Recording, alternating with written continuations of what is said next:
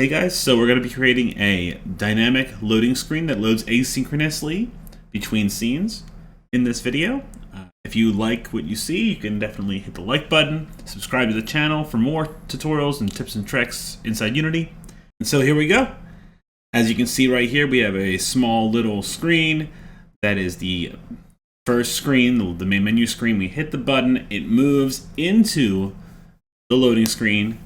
The loading screen will then load and show it's loading. When it's finished, we will create a press any key. And when you push any key on the keyboard or the gamepad, it will move to a new scene. So here we go. We have a blank, brand new project right here. So what we're going to do first, we're going to create the UI for it. So we're going to right click in, and I'm using Unity 2020.3. You can use whatever version of Unity you want. This is going to work pretty much throughout any version.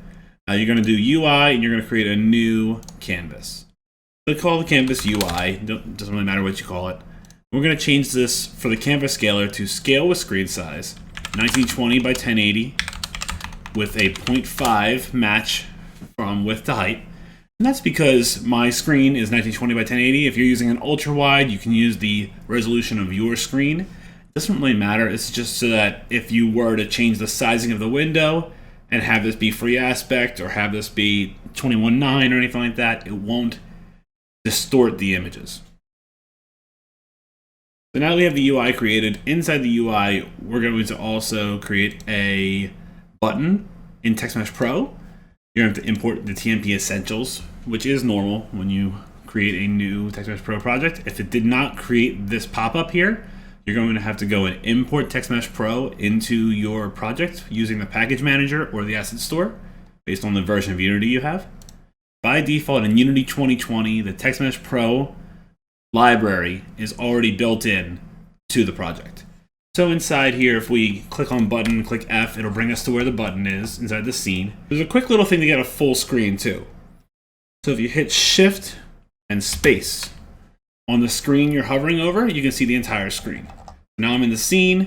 I can go into the project folder, right? Shift space brings you in and out of every single one. That way you don't have to mess with the sizing of any of these, right? So inside here we have, if we scroll out, you can see our entire camera. We're just gonna go to T and drag it nice and big for us. That way it's just there. This can be your main menu scene. It can be anything, it doesn't really matter. We're gonna uncollapse the button and we're gonna call this play game. We're gonna make the font size 60, just so it's visible. And if for some reason TextMesh Pro defaults to a not black, it's like a slightly less black, I like to bring it down all the way. It does look a lot nicer. So now we have to create a script in here to be able to move to our next scene, which is the loading scene. Then we have to create a script in the loading scene to load the following scene. So we're actually going to do that after we do all this. So let's go into scenes, and we're just going to duplicate this. Control D to duplicate the entire scene. We're going to call it loading. We're actually going to double click on loading, and we're going to delete the button instead of loading scene. Instead, we're going to create on UI, a new UI image.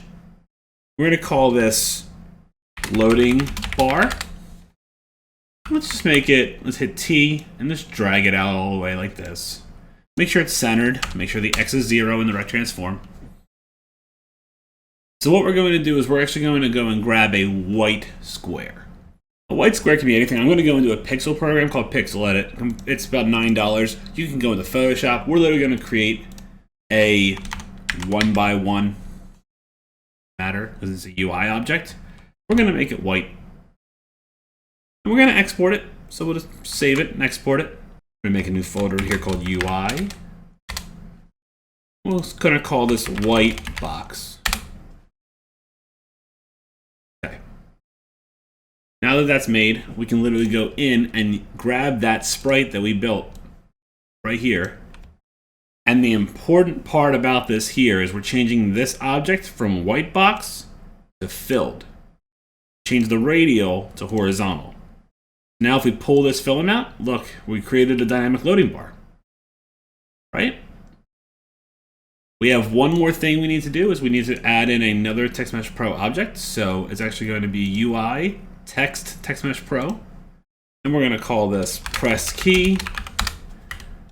Bring it down a little bit. I hit W to switch from where I was in the text box. I hit W to hit to my X and Y axis.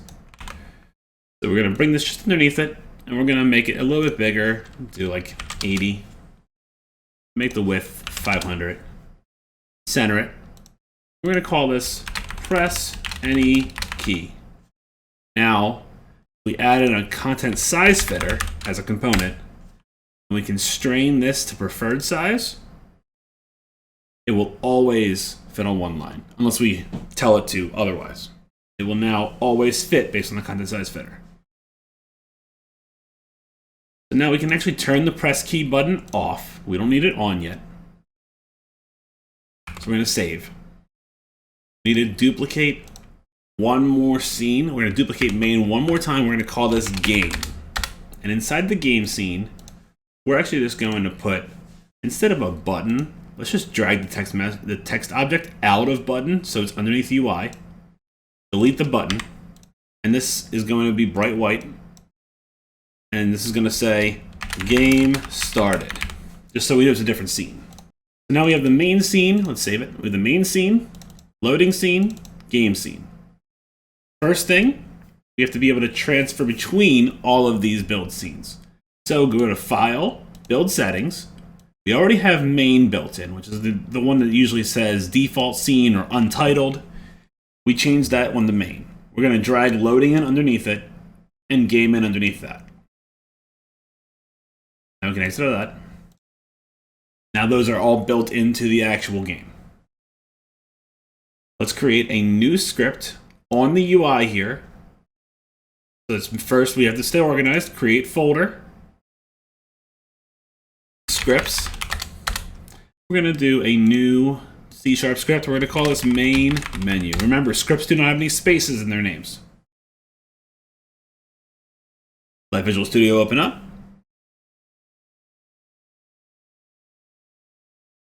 And there are many ways that we can go and switch to this new scene. I'll show you two of them. Just to make it nice and easy, you can kind of pick and choose the way you want. We're going to get rid of start and update. We won't need it. We're actually going to add in a using Unity engine .scene management. I like to set all of my scenes to static variable names or constant variable names so I don't accidentally spell them wrong. So we have a public constant string, and we're going to call this in capital letters scene loading equals, and we know this scene is called loading. We also have another one, public constant string scene game, and that's called game. Right, those are important that we keep those constant. That way they never change. We can't modify them. Even if they were static, we would be able to modify them. We don't want that. Now we need the main menu. What happens when you click on the button that says play game? So public void on click play. So this is the way that I write methods and function names for buttons. They always have on or on click. That way you know exactly what it is. It's easy to find them. And so we're going to, inside the on click play, we're going to do scene manager .load scene, and we're actually just going to load scene loading. Another way of doing this is scene manager .load scene, and we're going to move forward, because in this project we're only moving forward incrementally in scenes. So we're going to do scene manager .get active scene .build index +1. That's saying, hey, what's the current build number? If we go back to here, we go to the file build settings. We have build number 0. We have scene number 0, scene number 1, scene number 2. So by default, you always start in scene 0. If I uncheck main, loading is now scene 0. So your project will always load scene 0. So if I do 0 and I have it change scenes to +1, it will go to loading. Then it will go to game. In this case, because we went and created this constant string section, we're not going to do this way because we can make sure that it definitely goes to the correct scene. We do, however, need something that's going to be built into this soon because we have to know what scene it's going to next. So wait for this to compile. And we're going to drag the main menu script onto the UI. And then we're going to go into the button, down to on-click, and drag UI as the object it's pointing to. We're going to do main menu, on-click play. So now when I click this play game, we don't have anything else happening yet, but if I click it, we're in a different scene. It says loading up here now. That works. So now we need to start building the loading scene. So let's go over to the loading scene, double click on loading. Make sure you keep saving. It's important to constantly save in Unity because there's a chance you put a while loop wrong or a for loop wrong, or you get a Stack Overflow and the project crashes and you lose tons of content. Because if you push play, by default, the project does not save. You have to manually save. In my Patreon, which I will link below, there is a easy save editor script that saves the game on play for you every time. That way you don't have to worry about crashing. So you can check that out at that link. So in the loading screen, we are going to create a new script. So let's go back to scripts, right click, create. And I like to call this one Advancer Load. That's just what I've always called it. You can call it loading screen. You can call it whatever you want. It does not really matter what we call the name of this script. It has to just go on an object, and it's going to go on the UI object. I'm going to make this nice and easy. So if it doesn't load it when you double click the first time, you can hit Control, comma, and type the name of the script and hit enter. Or you can go back to it, double click it again, and it'll open up. We're going to keep start and update. We're going to need both of them in this.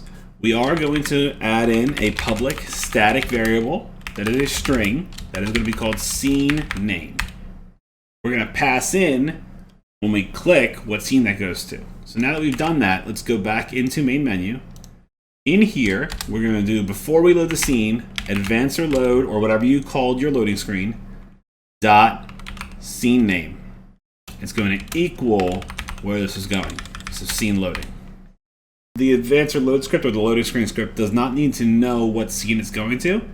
It just needs to know that there's a scene that it's going to move to. We'll fill that in before the script activates because a static string that is attached to an object does not have to exist in that scene for it to be set.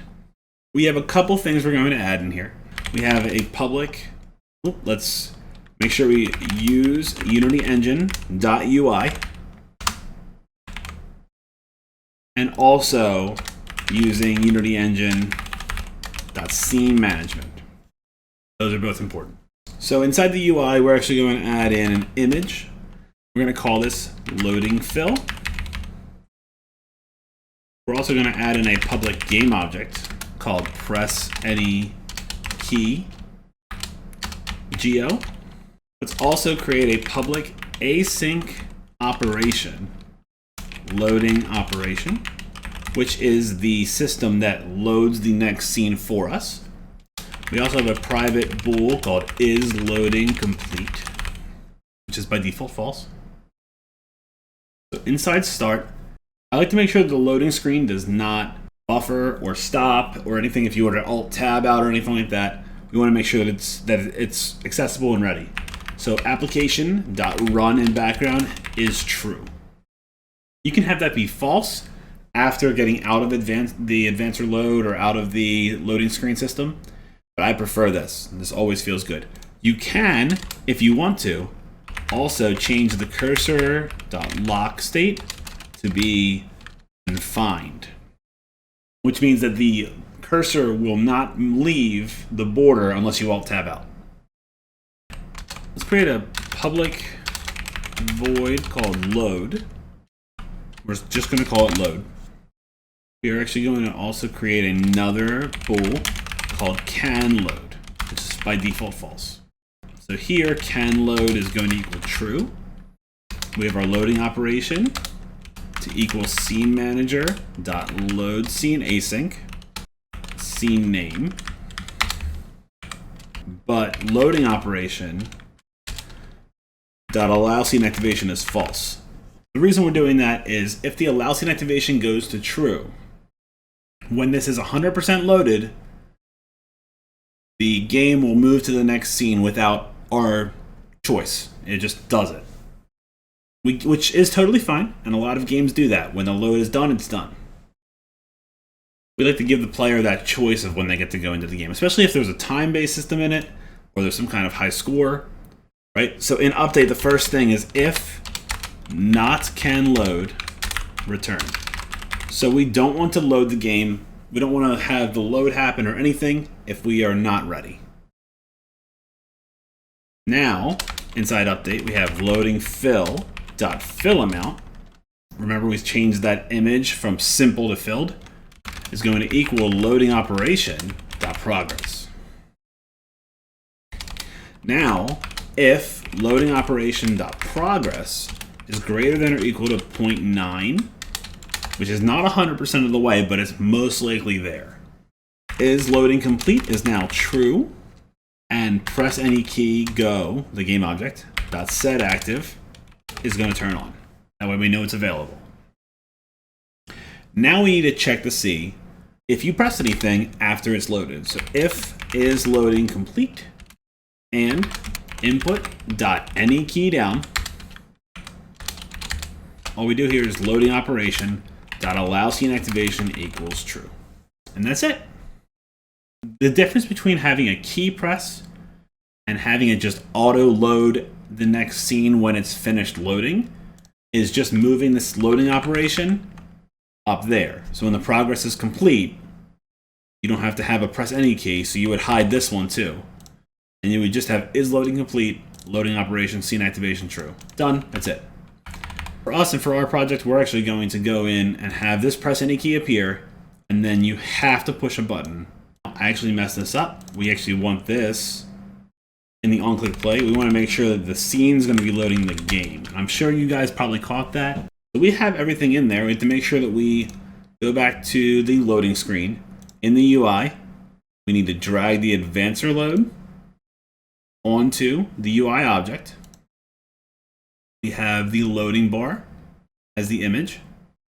We have the press key game object as the press any key game object. And can load is currently false, which is what we want. So let's go to the advancer load. And in advancer load, right now, the biggest issue that we are missing is we don't have a way to run load. The project will never actually load itself. So load needs to happen here, inside start. You can also have load be on a coroutine. That way you see the loading screen for a little bit before the actual load happens. Typically that's how a lot of games work, where there are fake loading screens per se, but the first couple seconds are the game is busy loading it, and then we have this loading bar that moves forward and finishes. So we now load the scene, and let's take a look. And we will go into the main menu. Let's hit play, and let's play. And it has loaded. It looks like it's not full, but it is. We can make it look full. If we press any key, we are in the game. That's it. Hit escape to get out of the confined screen. And good to go. If you want the loading screen to look 100% full when it's finished and loaded, we're going to do something called a ternary variable. And what it's going to do is if loading fill amount equals is loading complete, true, full loading, otherwise loading operation.progress. This is the exact same as doing if is loading complete, then loading fill amount equals 1, else loading fill amount equals loading operation progress. These two, this line and this line, are the exact same. The question mark here is the if statement. So before it is if, then we have the true value, colon is the else, and then false value. So we don't need any of this. So now when it's finished loading, it will look full. Let's hit play. Play game. Look at that. That looks full to me. Press any key. Game started. the way for us to check to make sure that the loading screen's fill bar is 100% loaded visually is by going into the advancer load or loading screen script and disabling the confined cursor lock state. So we'll go in advancer load in the very top here, and we're just going to comment out the lock state.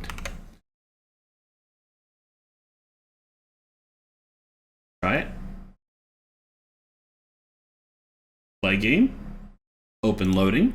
See how game is currently loading, so we did this correct. Inside the UI, we have the loading bar, and fill amount is 1, so we are 100% filled. Hit any key or click, and the game starts. I hope you liked this tutorial. We'll do more in the future. Make sure you hit like if you liked the video, and you subscribe for more content. We also are working on a game called World of Grimm. It's a collectible card game. It has this loading system in the game. Link in the bio for that as well. We actually have a Kickstarter coming very soon, probably next week, mid-September 2023 for whenever you watch this video. And with that, talk to you next time. Have a good one.